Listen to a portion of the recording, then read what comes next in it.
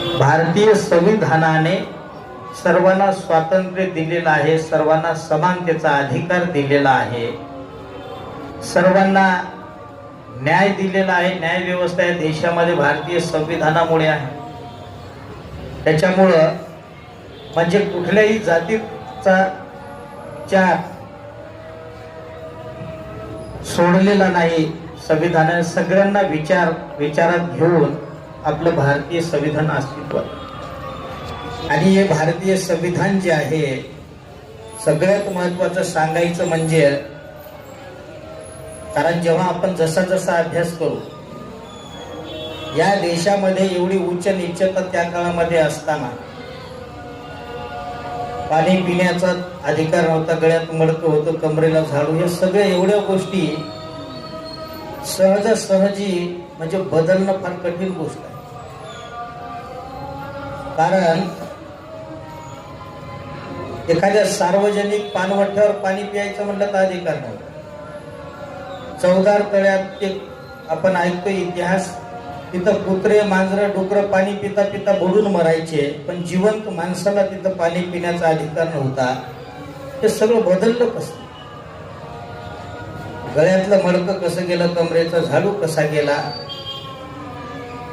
अंगाला अंगभर वस्त्र नव्हतं, कुठल्या अलंकाराचे दागदागिने घालायचं हे ठरवण्याचा अधिकार नव्हता. काशाचे घालायचे की जर्मनचे घालायचे की पितळेचे घालायचे. परंतु हे सर्व एवढा बदल झाला कसा काय?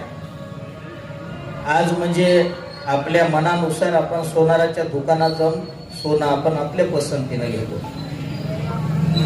बाबासाहेबांच्या बालपणातला एक प्रसंग, जेव्हा भीमाई सोबत ते गेले तर ते लुगडं असं फेकून देऊन मातीत घोसून ते देऊ. म्हणजे बाबासाहेबांनी ते बालपणी पाहिलेल्या गोष्टी, म्हणजे एवढी अवस्था जी बदलली, याचं कारण काय? आज म्हणजे तुमच्या पसंतीनं दुकानात जाऊन, केवढ्या मोठ्या दुकानात जाऊन आपण कपडे घेतो, भारी भारीचे कपडे घेतो. तर हे सगळं जे बदललं,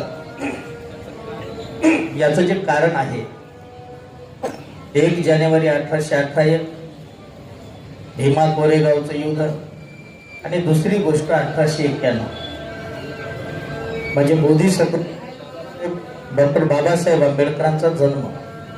त्याच्यामुळे सर्व परिवर्तन झालेलं आहे. उपासक उपासिकांनो, हे झालेलं जे परिवर्तन आहे, या परिवर्तनाला टिकवण्यास